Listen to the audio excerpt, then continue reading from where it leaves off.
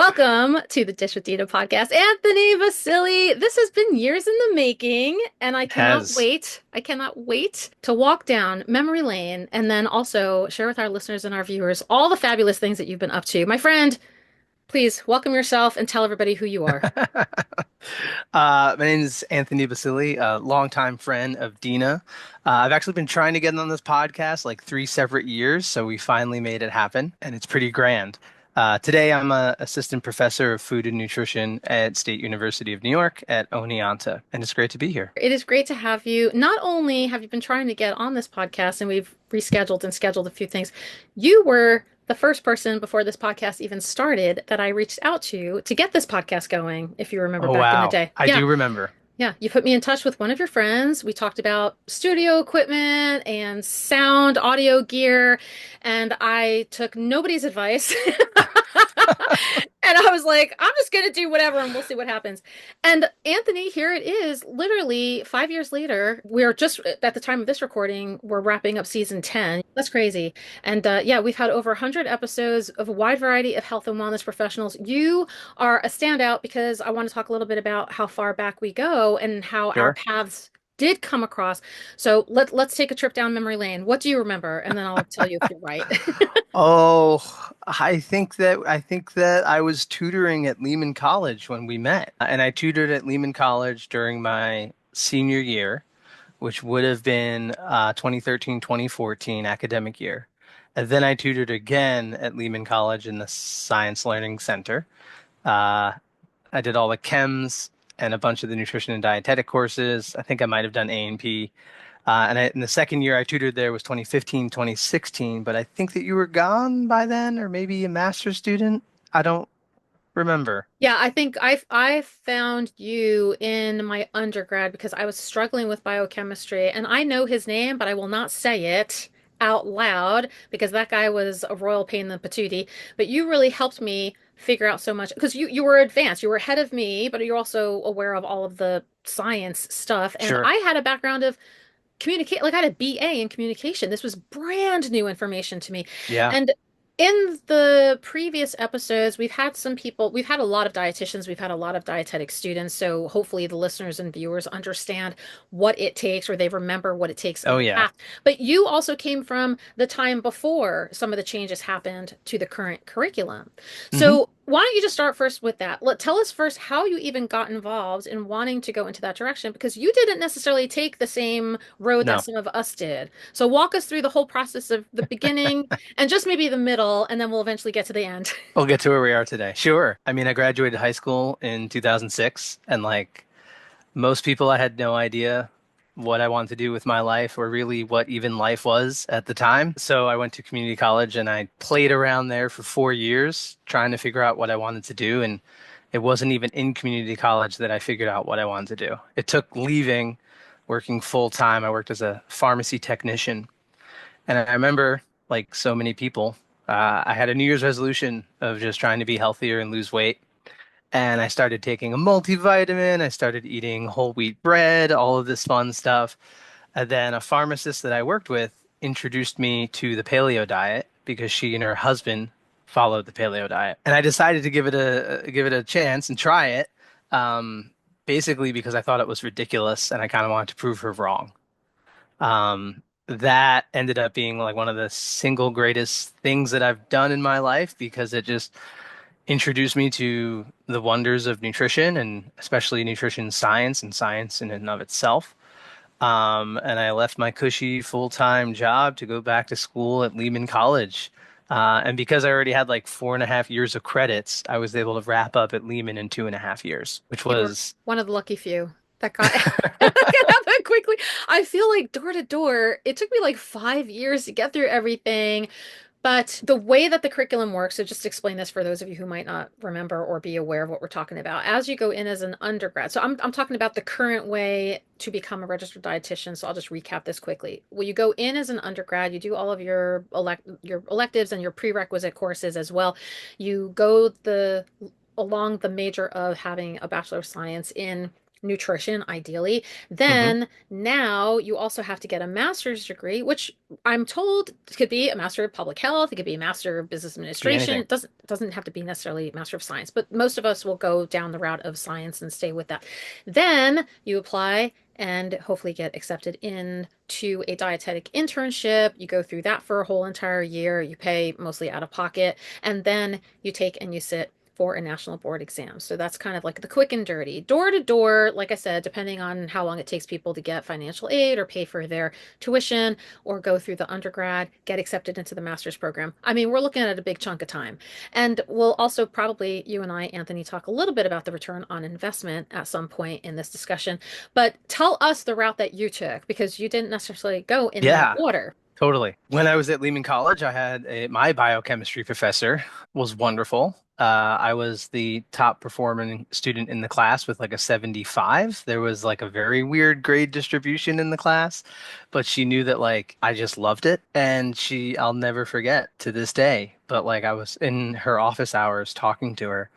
And she was like, you're kind of good at this biochemistry stuff. Have you ever thought about becoming a doctor? And Dina, I literally laughed at when she said that because there was no way that I thought that I could go on to become a doctor. And it was there that I kind of learned like the different types of doctors. And then I realized that I wanted to become a professor and get a PhD. I knew that I wanted to teach nutrition. I wanted to do nutrition research. I also had the perspective of, you know, let's say we do counseling. You end up in a hospital 40 hours a week. Maybe you have one patient per hour, 40 patient meetings per week, what percentage of them actually listen to you, all that fun stuff as well. And I thought that doing nutrition research, I could have a greater impact. And if I do a study that ends up in a nutrition textbook, it could influence thousands of dietetic students and then influence millions, maybe hundreds, I don't know, numbers, an even more number of people, larger number of people. And so at first, I didn't want to become a dietitian because I knew I wanted to go into nutrition research. And so then I went on to Columbia University, now Irvine Medical Center, and went and got a master's degree in human nutrition just to kind of dig deeper into all of the science of it. And when I finished my master's, like it was just fully clear what I wanted to do. And I had two paths moving forward.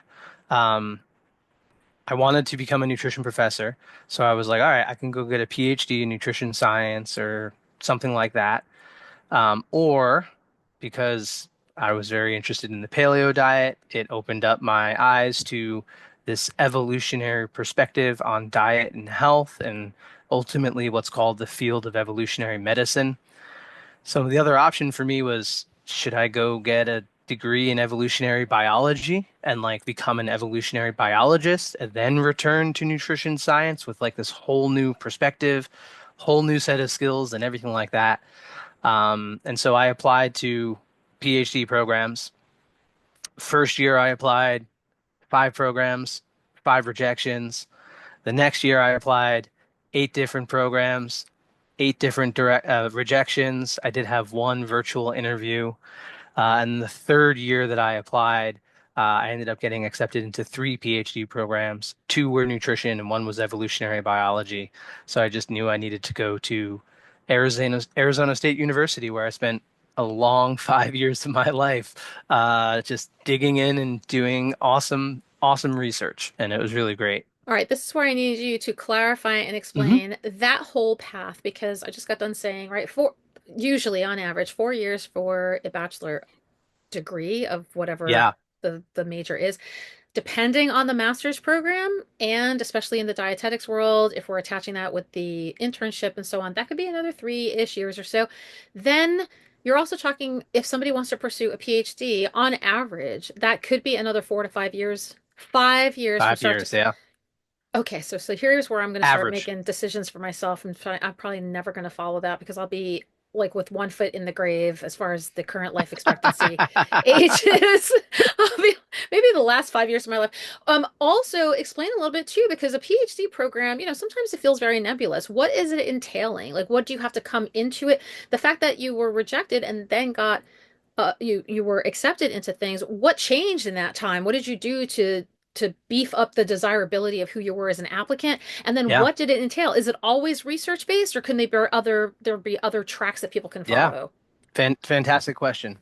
So when you think of a PhD, it is the degree in research training. To get a PhD, most of the times you want to get that because you want to do research. And you can do research as with a master's degree. But if you're doing research with a master's degree, you're normally working on like other people's research projects. So it's really the doctorate that gives you the skills and training to identify novel research questions, develop novel hypotheses, and figure out how to test them based on whatever your discipline is. So for me, well, I'll say, how did I get there, right? So the first year, I had no idea what I was doing or applying for. I just submitted 5 applications. I was like, this is what I want to do. Great. I had no idea what I was getting myself into. The second time I applied was actually 2 years later. And that was after getting, well, the master's degree. I became a dietetic technician. I was working as a teaching assistant. So oftentimes teaching and research is paired in PhD programs because most people become professors and go on to teach and do research. And then I started working at Mount Sinai St. Luke's Hospital, now Morningside Hospital, I think, on a type 2 diabetes clinical nutrition study.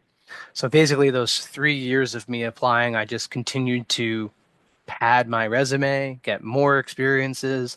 I did a research project independently that I just kind of thought of with a collaborator and like all this stuff. So it's very similar to like padding your resume and getting the experiences that you need to make it into the master's program, dietetic internships, supervised practice programs, all that stuff. But you kind of have to think about like the goal is they want somebody who's going to be able to do research and come in and do research and be a strong student. So getting research, teaching experience, like all that stuff is what ultimately allowed me to get in. And then the other thing too, and this is a little different for like going for a PhD compared to getting a master's in nutrition to become a dietitian, is like I started to like pre-apply. So like I knew I wanted to apply to Arizona State University.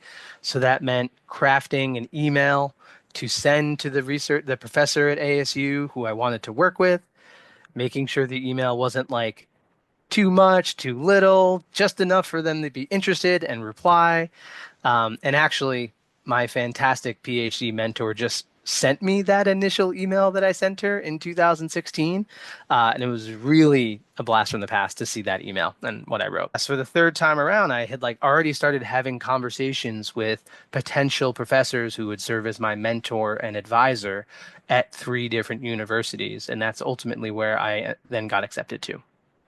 And So, that's the thing that comes up a lot of times in these conversations, and also even in my own personal and professional life, because I do mentor and oversee a lot of students and interns and precept some of them as well.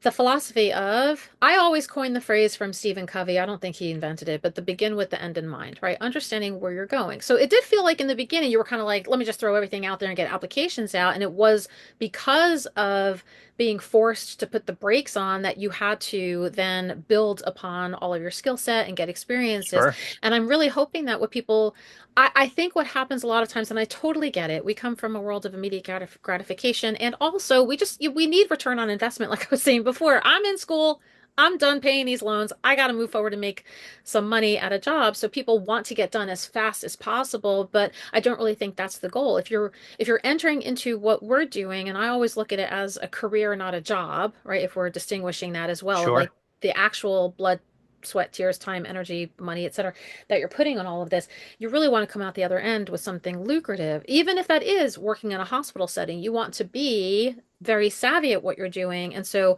gaining that experience in other ways, or having a little bit more of breadth and depth in the knowledge, not just getting, I've said this 1,000 times, don't just go for a 4.0, go for a 4.0 Oh yeah. plus other things, like be involved in extracurricular activities, be like what Anthony did, like work at the student center and be a tutor for other students, like, Hmm. have something else under your belt to be that desirable candidate. So just out of curiosity, the pharma tech job that you had with the person who gave you the paleo diet book, right?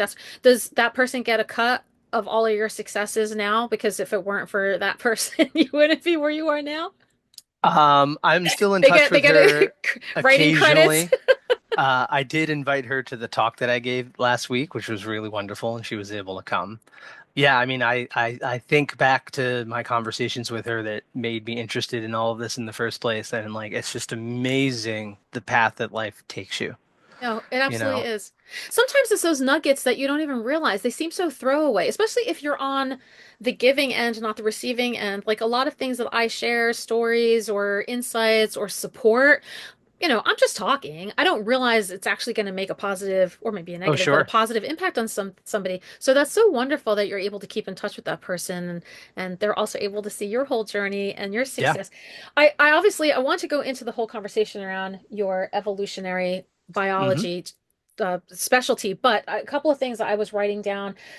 The paleo diet to start with. So the fact that you were kind of using it as like a joke, like I'm going to show that person, but then you were intrigued by it. What differentiated that between the things that we see nowadays that are kind of like quote unquote fad diets or diets that people follow that might not be as, I don't know, sustainable, realistic? Like Hmm. what did you feel Hmm. really, really drew your interest from it?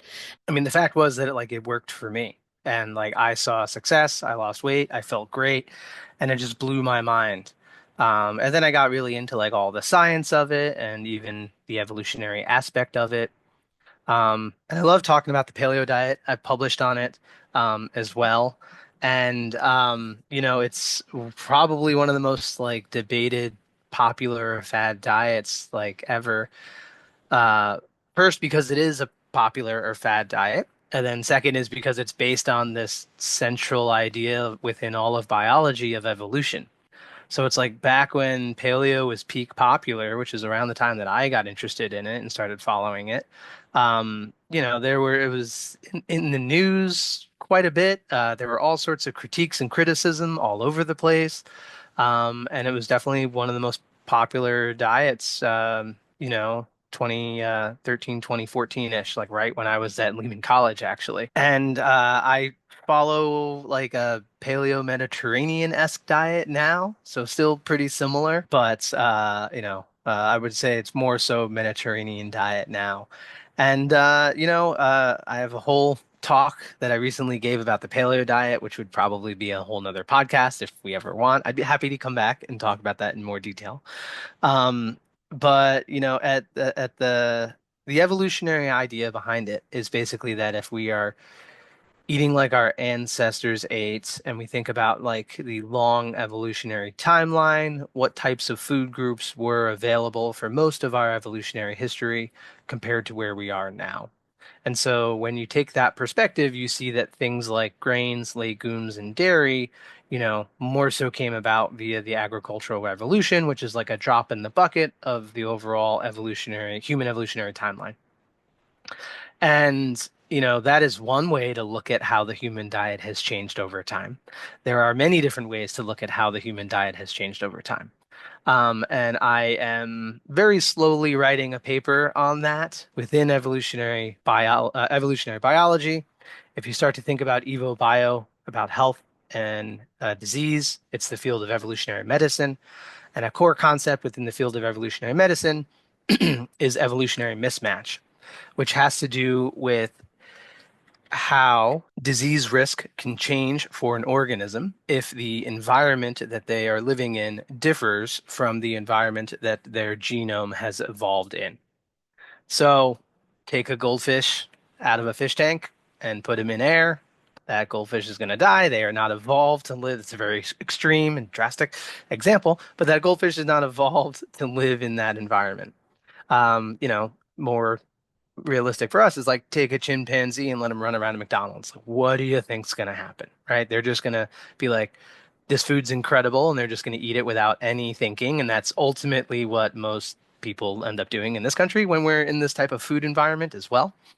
And so, yeah, if you look at how the human diet has changed and try to identify where that mismatch is, if you look at what food groups came and gone in different times like that, that's where you kind of end up with the paleo diet perspective. If you look at like the nutrient profile of the type of diet that our ancestors ate compared to what we eat now, we generally see that it was like a little. very close to the acceptable macronutrient distribution ranges, but higher in protein, lower in carbohydrate, fat, very variable depending on seasonality, location, and all that fun stuff. But um, so that's one perspective. And then the other perspective is just like quality, right? Like how did quality, and when I say quality, this term is just thrown around in nutrition and dietetics so much that it basically means nothing nowadays. Um, this is another study that I'd like to do is defining the term diet quality. I was gonna say it sounds very vague, but Yeah. continue. Yeah. Well, most studies when they talk about diet quality, they're really just talking about adherence to what we consider a healthful diet. So like the healthy eating index is just how closely do they align with the dietary guidelines and the recommendations that fall under there. And I think a more biological diet quality perspective has to do with processing, has to do with the destruction of the food matrix, the availability of the nutrients being absorbed more quickly, even just the digestive system not having to do its part. Like nutrients are just there, they're absorbed, specifically glucose when we think about that. Um, and basically, like those three perspectives, the first one being how the food groups have changed. The evidence does not support restricting grains, legumes, and dairy. We know that a Mediterranean diet is just as healthful as a paleo diet. There's been a string of studies that have compared them both side by side, and we consistently see that the restrictiveness of removing grains and legumes on the paleo diet is just not fully necessary to achieve a healthful diet. And then the macronutrient debate is just exhausting, and there's just so much debate around what type of diet is best for health, what type of macronutrient diet is best for weight loss, and it basically appears that there isn't that much of a difference between these very two, we'll call them ancient nutrition ideas, low carb versus low fat for weight loss and everything like that. And where I believe the mismatch to be in the human diet is in the quality perspective. And so I have a paper or two in mind about how to present that and write it. Nutrition and dietetic journals would not be interested at all in such a paper because I won't specifically say any journals, but some journals are just not even open or receptive to like this type of thinking. So, of course, a paper like this would only go to people in the field of evolutionary biology, and it would be so much more impactful if it went into a nutrition and dietetics journal, but that's probably never going to be published, unfortunately. Right, like how do you And quantify quality? That's the trick there that yeah, you're yeah, yeah, missing. yeah. Yeah. And ultimately, I think the best metric that we currently use for measuring quality is the NOVA classification that has the ultra processed food designation, which is probably like my two research areas are ultra processed foods and like evolutionary medicine type stuff. I know, I Um, sat in on your ultra processed food there you talk and go. that was very fascinating. I think the last thing that I'll just add is that, you know, the paleo diet, this perspective is all kind of built around this, what we call the hunter-gatherer model. What do modern hunter-gatherers who have no Western diet culture influences? How do they live? What do they eat? How physically active are they? And so we can use the hunter-gatherer model to identify a lot of novel questions and try to identify what has changed. And the best two examples that I'll give you about how this perspective is actually helpful and useful and actually already welcomed in the field of nutrition and dietetics has to do with the omega-3 to omega-6 ratios, right? So we know we have way too much omega-3 because of the nutritional biochemistry of that. We know that that generally translates to your body being able to more readily signal inflammation when present, put us in an environment where we're constantly stressed, constantly inflamed. Our bodies are even more inflamed because that ratio in the cells is being turned into inflammatory messages. And so when we figured out that pathway, we were like, oh, 1-to-1 ratio of omega 6, omega 3, omega 6 being inflammatory, omega 3 being anti inflammatory. You want a 1-to-1 ratio because you want to be able to respond to inflammation very quickly, but you also want to be able to respond with anti-inflammatory messages also very quickly. And you want your cells, everything, tissues, organs to all be able to handle that and do that. And sure enough, when we look at hunter-gatherer models, we see that they have a 1-to-1 ratio of omega-6 and omega-3. And another nutrient that has been examined from the hunter-gatherer perspective is the ratio between sodium and potassium, right? We know today we have a very large amount of sodium in our diet, readily available, added to all sorts of things. And when we look at the hunter-gatherer model, we see a much more balanced ratio between sodium and potassium. Hypertension, all that fun stuff. And the last thing I'll say is both of those appear in the advanced nutrition textbook that I teach. Right. So the hunter-gatherer model is used and represented in nutrition science already. What does that mean? Right. That means that parts of it are valid, parts of it are illuminating, parts of it are very relevant to what we do, especially in advanced nutrition today.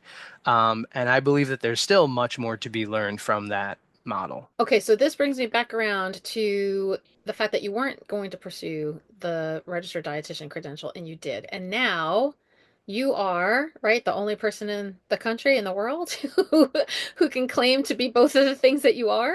Yeah, I'm the only evolutionary biologist who's also a registered dietitian. So walk us through And that. Why did you go? Why did you bother going into the dietetics profession and not just stay in the research or implement that in through textbooks, writing, or whatever yeah, else, things that you wanted to yeah. pursue? So after a very long 5 years of working on my PhD, there's really two reasons. One is because like I knew it would round me out and kind of bring me back into dietetics. It was something that I've always thought about doing. Um, I always had a feeling that I would come back to it eventually. So like, and as, of course, it was just very relevant to what I do and what I think about. The second reason is that all of the job postings for assistant professors in nutrition and dietetics wanted you to be a registered dietitian as well. So when I started to get close to graduating, starting to think about the next step, I was like, well, here it is. I'm going to have to go back and get that. Um, and doing the full supervised practice after doing a doctorate was a very interesting perspective because I feel like it was very easy after doing a doctorate. Like I was just like, we talk about something, I could easily navigate the literature and find the answer. There was the dietitian who trained me, absolutely incredible. She also went to Lehman, knew so much about the practice, and I knew so much about like the research and science behind it. And like we just put it together, and it was so great. It was also just so great to get that to see about like, okay, how is all this stuff actually being used and implemented today in the US healthcare system? And it was just such a rewarding experience to like go back and do all of that again. And so I ended up doing an individualized supervised practice pathway, an ISP, which was specifically set up for people who already have a PhD. And so what they do is they decrease your hours based on your prior experiences. And by that point, I ran clinical studies, I taught nutrition courses, like I just had all this stuff. So that number of hours that I needed to do was, much lower, which was great. And I actually ended up getting awarded from the Commission of Dietetics, the CDR, Dietetic Registration, their Faculty Fellowship Award. They ended up paying me to cover the full cost of my ISP because that was meant for people who have a PhD. And basically, the award is meant because they want more professors to be registered dietitians. And I think my whole take and application is like, hey, I'm going to be the only registered dietitian who's an evolutionary biologist. This doesn't exist. By the way, if anybody listens to this and they happen to know an evolutionary biologist who's a registered dietitian, please send them my way.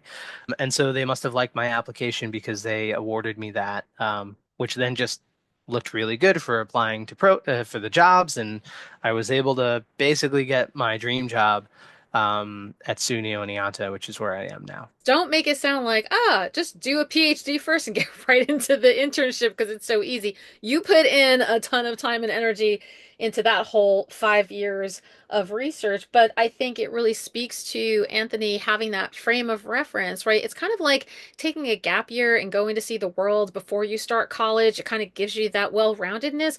And that's something that I often fear for anybody who's just going straight through school the entire time and not really allowing themselves other experiences. And then they get into the internships or in this case too, with the master's degree also, like there's definitely people who I'm like, oh, I really wish you had some other stuff going on in there, because again, it's that frame of reference. It's being able to have understood people from diverse backgrounds or different languages. And I don't just mean like Spanish and English. I'm talking people who Hmm. use lingo and terminology in different ways, and having applied practices of some sort. Because Hmm. now, 9 years, oh gosh, is it 9 years? It might, no, it's coming up on 9 years, I think, for me of being a dietitian. Yikes. Hey. Yeah. And it literally is like just most recently, I'm like, oh, that's what that was for. Like now I'm starting to piece it together. And it also obviously depends on where people see themselves going. So in your case, you wanted to stay with academia. You're obviously still got many, toes and fingers in the research world. What else could you do if you didn't necessarily want to do that? Like what other opportunities might exist in the profession of health, wellness, food, nutrition, or outside of that, if there are any other opportunities? I mean, there's really a bunch. If I wasn't a professor, first of all, like just the research world, um, that is an option right now as well. Working for a NIH, NSF, something like that, doing those types of research there.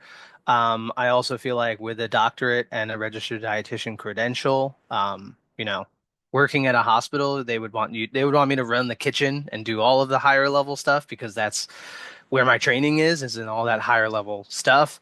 Um, Running research studies, working with researchers, I can manage people and all of those things as well. And so there's really a bunch of different options. But like, since I was at Lehman College now 13 years ago, like I just knew that I wanted to be a professor. I wanted to teach. I wanted to do some research. Um, and it's just exactly where I want to be right now. And thinking about your comment about like a quote gap year, Yeah. one of my master's mentors said that a gap year is never a gap because you continue learning and thinking. It might be a gap, if you will, between your education years, but you are still learning something. And, I see it in all my students now, those students that have just a little dose of life are so much more driven. They're such a better student. They are better at communicating needs, asking help, all that stuff. And I wish it wasn't just instilled into every high school senior's brain that they just need to go to college, get some type of work experience. I still frequently think back. In total, I worked 5.5 years as a pharmacy technician, part-time and then full-time. And like I still think back to things that I've learned there, people that I've met there, and like ultimately it was like the stuff that I did there made me even interested in health and disease in the first place, and especially seeing how sick the general population is, working with in a pharmacy, like, it was just very motivating for me to return to school focusing on what I believe to be like the single greatest preventative medicine that there is. Um, and when things came up in MNT talking about people with diabetes, the different medications, what have you, it's like I knew all the meds already, but I didn't just know the meds. Like I knew actual living people that had these diseases and had these challenges and had these struggles.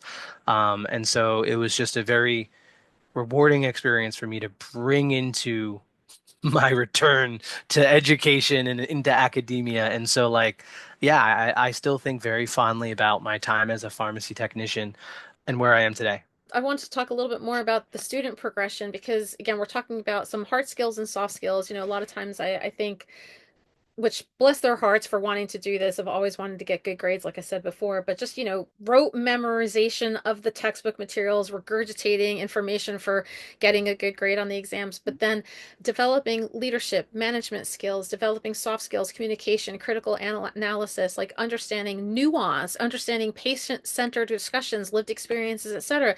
A lot of times when we think of people in the science field, we don't think of we just think they're all numbers and data, and that's it. Yeah. What is it about the things that you gathered from some of your experiences that led you to be able to oversee a research study and work with people in the profession you are now too as a professor? Like what brings those communication skills to you? What were some of the things?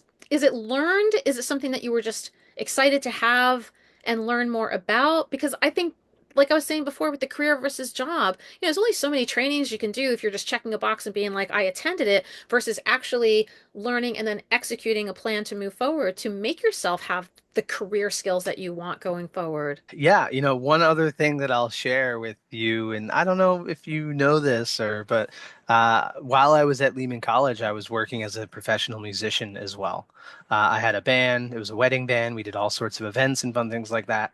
And like the things that I learned while doing that are like things, and I think going back to the pharmacy, it just really humanized all of the numbers and case studies and everything that I learned about. And even, moving forward in my PhD, it's like as a sidebar, like I did research on birds and like I did diet studies on birds all so that we could hopefully answer questions in humans and help humans, right? So while I was studying birds, I was constantly thinking of people in my life, people that I've known who've had diabetes, right? So I think that side of it was very like humanizing the definitions in the textbooks.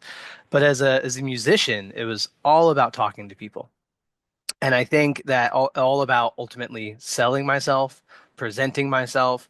If somebody reaches out to me and they want to book my band, what do I do and say so that they like me and think it's valuable to invest whatever money to have me play their wedding or party or what have you? And so like there is like that's like we talk about negotiating, we talk about problem solving, conflict resolution and all that stuff. And like I lived it for 7.5 years as a musician. So like those type of things were very helpful for me because like what you kind of said also, it's like we often think of scientists as like they spent their whole life in a textbook or in a lab and they're not very personable and those types of things. And I think because of my background and training, like I'm the complete opposite. I hope my students would say that as well. I hope they like having me in my classes and things like that.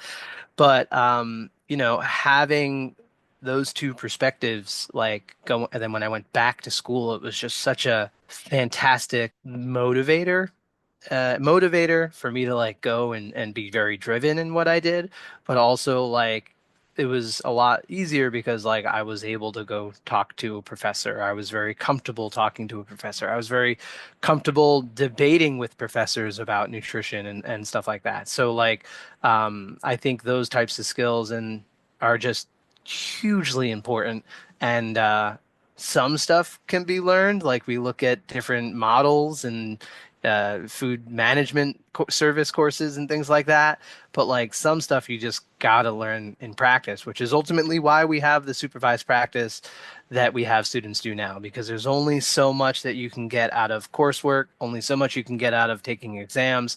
It's that lived experience that we need to make sure that you can actually live and do before you sit, pass this standardized exam, and then actually go out and practice there.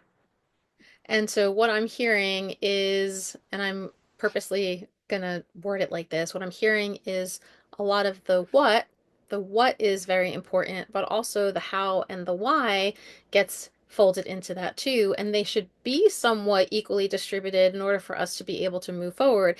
And this ties in my discussions about the patient-centered care or just working in general with patients. It's not enough to be like, USDA recommends you eat 5 servings of whatever. Here's a list of stuff. Eat this, don't eat this. Move that, don't move that, and then come back and see me next week. And Hmm. then it's like, but I don't have a kitchen or I don't have health insurance. And so, Anthony, this brings me to kind of tying back to what you were talking about with all of the research. You have the information, you know where to implement, you're hoping to get things out there and drive the conversation forward, ideally in the future. But a lot of systemic issues come up and there is no way to kind of like control that, depending on all the variety of factors that are involved in people's education, literacy, accessibility, etc. So this is such a loaded question, so I apologize for landing it on you, but what, if anything, would you feel would need to change in order for people to be able to have that preventative care or better choices to be Hmm. made or more education to understand what food Yeah. is about? It's not just the individual's responsibility, but the stuff that they have access to. So if you had to pinpoint, maybe not just one, like a couple, one to Hmm. three things, where do you think the system might need to change? Or if it does? Oh, the system absolutely needs to change. If we think about what is normal, right? If you were trying to figure out what is normal, you would maybe look at what do most people in a society do? Or what do they say? Or how do most people in society wear clothes, right? Okay, that's probably a normal thing for us to do in society. And if we look at our society in the US here, and 70% of the country is overweight or obese, and of that 70%, majority of that 70% has obesity, the normal thing in this country is obesity. It's just a normal outcome of the society that we've created. And if you ask any one of them, any one of those people who are overweight or obese, if they want that, they're going to say no. And so that just right there just shows you that like it's almost entirely out of an individual's hands to be able to control their body weight. And yes, genetics, physiology, lived history, all that stuff does play a role. But the single strongest factor is just the food environment that we live in. And the normal response to our current food society is obesity. And so the question becomes is like, do we want that to be the normal outcome of just somebody living in this country? And so what needs to happen to change that? So I was interested in nutrition and I wanted to understand nutrition from a different perspective that allowed me to truly understand nutrition. And because nutrition is a subset of biology, I was like, evolution. I need to understand evolution of life so that I can understand the evolution of nutrition, what it means for health and disease today. And now, because of my training, I got that, right? I can explain any nutrition related disease from an evolutionary perspective. Great. I did it. But like that only gets us so far. And thinking about overall society, I think it's all about public health nutrition now. We already know what people should be eating. In my opinion, it's a waste of money to ask any other questions until we have everybody up to the same level of care of actually getting access and eating fruits and vegetables. Research on the microbiome, just leave it alone. You put good food into the microbiome, you get a good microbiome. You put bad food into the microbiome, you get a bad microbiome. And even the whole personalized nutrition thing. I complain about this very frequently to my wife because I feel like we are missing the mark. Why are we doing research to try to help individual people when the vast majority of people don't even have access to fruits and vegetables? So I personally believe, and this is another commentary paper that I've been wanting to write for years, but I had to wait to get letters after my name and a position where it would actually be respected because you can't just have a grad student saying, stop wasting money on personalized nutrition. And if we took all that money before it was cut and put it into just asking the question of how we can best provide access to healthful foods, we would help more people with that money than digging deeper into nutrition science. So moving forward, I think it's the pairing of nutrition dietetics, public health is the only way to go because we already know what's healthy. Anything else is just kind of a waste of time and money. Like, let's make sure people at least even have access and the ability so that to healthful food. So that means changing the whole food system. We can model other countries. Uh, Italy, for example, 10% of their calories come from ultra processed foods. In the United States, 55% of our calories come from ultra processed foods. What are they doing in Italy? Like what does their food system look like? How is their food prepared? How is it transported? What does food processing look like? All of that stuff. And it even comes down to like very smaller and minor things of like, two winters ago I went to the UK. And like when you go to the grocery store in the UK, there's no junk food at the checkout aisle. And that's because it's not allowed to be there. Because they know that if it's there, people buy something because it's cheap and they eat it. And all of a sudden, every time they go to the grocery stores, they're eating an extra 250 calories every time they go to the grocery store. So policy was passed so that that's not allowed. And so, I just think about now that I fully understand biology and nutrition, it's like I want to understand more broadly about how we can help the vast majority of people. And especially with everything going on right now in the world of politics and science and research, like I was already planning on doing this, but now I'm even more pissed off, and I'm pissed off enough that I want to go and get a master's in public health and nutrition. Like that's something that I'm going to be doing definitely within the next few years because it's an area that I was not specifically trained in, and then now after learning and seeing everything, I know that that is where the answers are. And why do we have a food system that promotes so much unhealthy foods, unhealthy eating habits, that promotes just so much suffering? And the example that I say two things to my students. I say childhood poverty is a choice. It's a policy choice. We could end it tomorrow with the snap of fingers if we wanted to. So therefore, we should vote for people who think that childhood poverty is a choice, and we should just solve it tomorrow. And we know that that's possible because when the COVID pandemic hit, we loosened and created more resources for people and cut childhood food insecurity in half literally overnight. And so, why is that not just the norm in this country? Right? And there's a lot of things that play capitalism, just straight up greed, money. But I think that the answer is in public health nutrition for sure. Everything that you're saying, A, makes me want to cry, and B, makes me want to scream into a pillow, and C, makes me want to set fire to things. And I have been very vocal in across many of my social media platforms to the point where I've become completely just I'm exhausted. But what you're saying, I don't know. I brought up this whole conversation a while back about the soda tax stuff, right? It's like, how about we just don't have access to certain things? Or how about when we try to implement stuff that maybe does make puts that friction or that barrier, then everybody starts screaming, "Don't get all up in my business and tell me what to eat." But then you're allowing the system to like feed into that, no pun intended, by not making it healthy. Like, why are we so concerned about these? If I hear one more person ask me, like, what do you think about intermittent fasting? Or what are your thoughts on, iron supplements? And I'm like, can you just please eat a vegetable? Like, let's just worry about, do you have access to food? Can you Yeah. afford food? Is food available in your neighborhood? And then worry about all the other stuff that goes around it. So, I mean, this goes into the whole discussions around healthism and elitism and all that. And I really Hmm. do. I mean, you're not going to be able to single-handedly change the world, Anthony, but I hope that you kind of get stuff started. Working on it. What are the challenges? Because you're talking about entering into a field that is quite volatile to the point where things are getting really uncertain. And I find this, especially like on my level of teaching students right now, I'm like, and at the time of this recording, again, we're not being controversial when we say there's a lot of changes happening that are affecting so many different things, and healthcare, science, STEM, all of that stuff is being affected.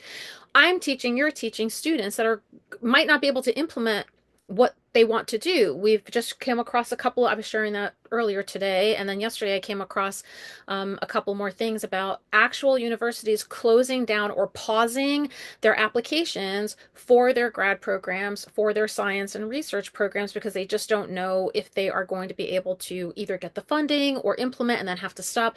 So, what are you finding most challenging if you're just looking at like the small snapshot that is the next 4 years?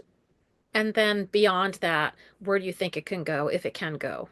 Well, I just think over the next 4 years, there's going to be so much needless suffering and suffering, and that doesn't need to happen. That's going to be happening because people are choosing, and we already know that that's what's happening right now. Where I am now is I've officially circled back to what started me in the field of nutrition in the first place. I'm currently working on a book, and it has been the greatest thing in my life. It has been the most fun I've ever had writing.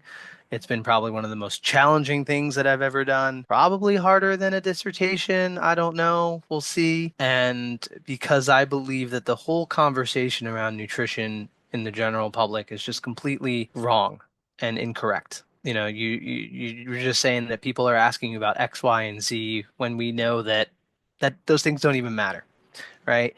And so I'm currently working on a book, and I see that as my response to where nutrition in society is right now. I also see it as my way to take these 14 years of higher education and summarize it and help people. And I don't want to say too much about the book because it's still being worked on. But one of the main things that I see this book as is also my rebellion. Because right now, science and nutrition is always under attack, but science especially is under attack. And here I am writing a nutrition science book that I believe can change the conversation if it ends up being a success and getting into the right hands and all those things. We could do a whole podcast on my experience of writing this book. It's been incredible. I am just a few weeks away from submitting to literary agents. I have my eyes on several publishers already. And I see that that is, and ultimately why I wanted to become a professor is because I knew that I also wanted to write books. So I have several different books in mind. This is the first book, and that is where I see my piece of this giant puzzle. I see that that's what I want to contribute right now because I've also, I have 20 different publications, and for somebody, research publications, peer-reviewed publications, and at somebody at this point in their career, that is a ridiculous amount. And so I've done that already, and I'm ready to kind of influence the world in a different way. And popular science writing is just, it can be infectious, right? Why do people care about fasting? Well, there's a bunch of books written about fasting. Why do people even know about the paleo diet? Well, it all came from popular science books, right? So I've done a full 360 and I'm back to where I started, and now I'm writing a book, and I see that as my piece and response to everything that where nutrition in society is and everything that's going on right now with the attacks on science. I really appreciate that. I think that the takeaways that I'm hearing from this conversation is not to stay quiet, like to be able to make a difference in some way, to collect and gather whatever information and be able to present it, especially when, the research, the science, and also the creative and the emotional mind are kind of wanting to share this stuff too. It's not just about here's some info and statistics I think are interesting, but here's my concern about how involved and how embedded I am in this profession, and I really want to see things come of it, and I really want to make a difference, a positive difference in stuff going forward. Because, like you said, it doesn't have to be this hard. It doesn't have to be this difficult. It doesn't have to be this unequal. And I can't wait to read your book. My questions that I'd like to round out our conversation. The first thing, a lot of times when I'm talking to our guests, is everybody's juggling a million things. I don't think I've ever had anybody on here who's like, I just do one thing Monday through Friday and I'm done. Can you share with us a little bit about how do you stay productive, disciplined, and then also, because hopefully we're leading and living by example, how do you take care of your own self-care, your own health? How do I stay productive and motivated? Oh, that's a great question. Working on a PhD takes discipline. It takes grit and it takes resilience because it's basically 5 years of failing until you don't fail anymore.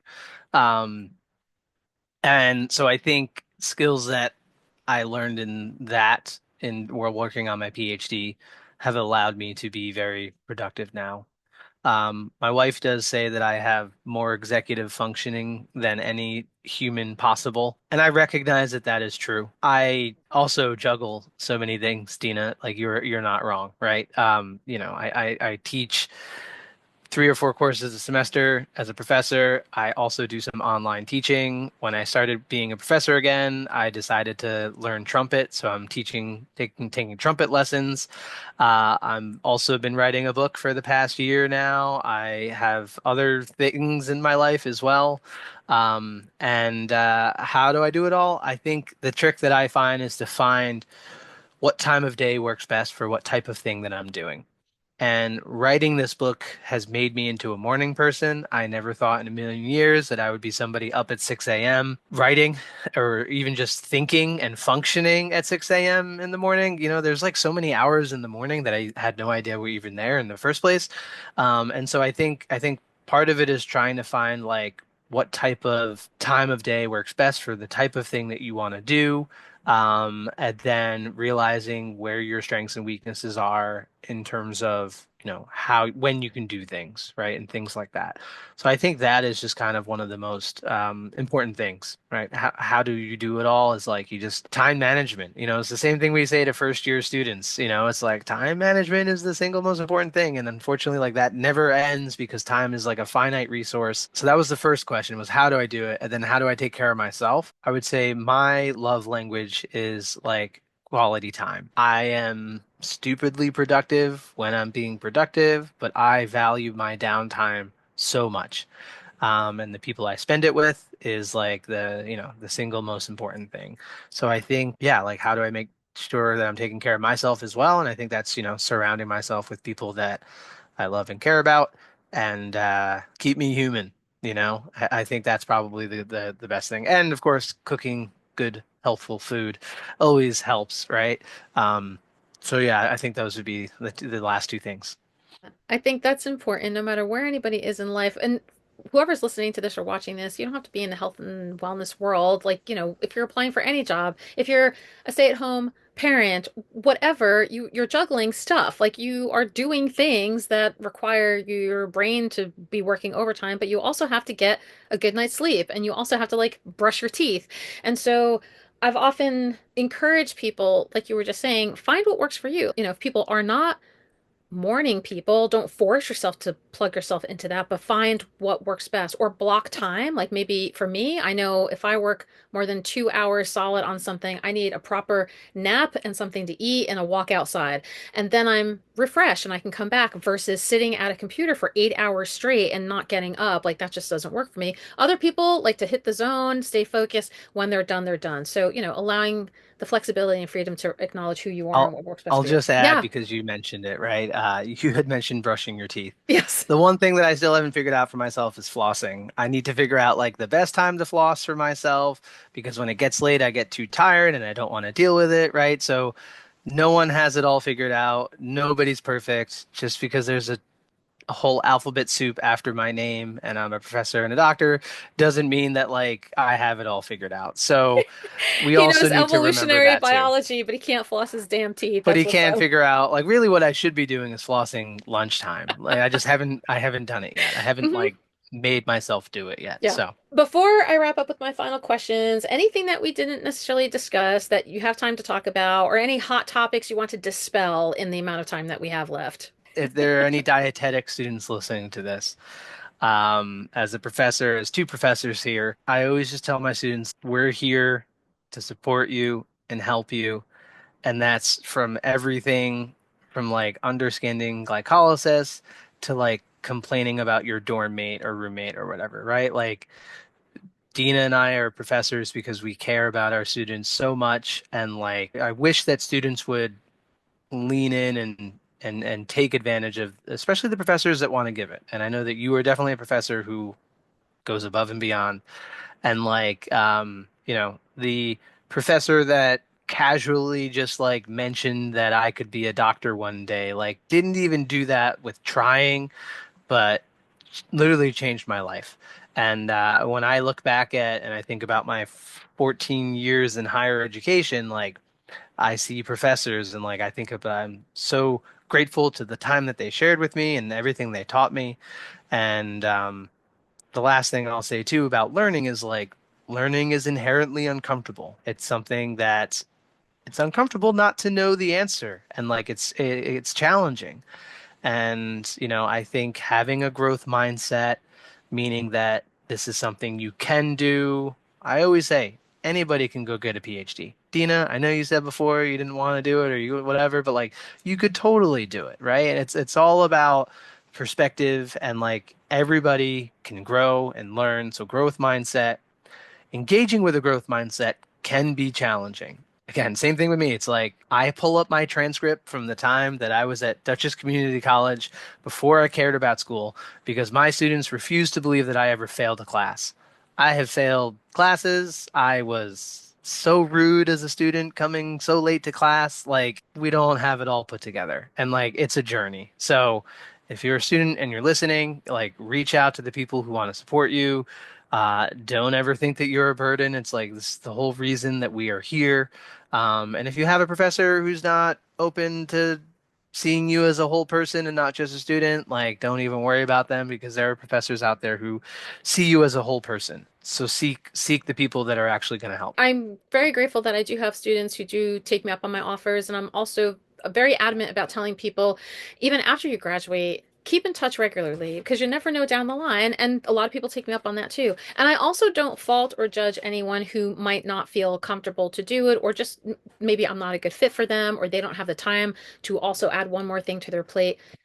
So that's fine. And Anthony, what I took away just now from what you were saying too was something else that keeps coming up for me in a lot of my patient discussions lately is practice makes progress, not perfection, right? It's always an evolution. Ooh, I'm bringing this back to a pun. Hold on. It's always an evolution about being able to grow and learn and see areas of improvement and never ever think that you got it and we're done. Like always be this work in progress and always be open and curious. I think that's really important too, whether it's networking or going and getting another master's degree, engaging in communities, learning about other people outside of your own microcosm. I think that's so lovely. So thank you so much for everything that you shared. My final two-part question is my food pun intended question is, Anthony, what is on your plate today? It's quite late in the evening now at the time of Yes. our conversation here, but what is the next thing that you are working on, whether it's tonight or tomorrow? And what is the next thing you're eating, whether it's tonight or tomorrow? The next thing that I'm eating tomorrow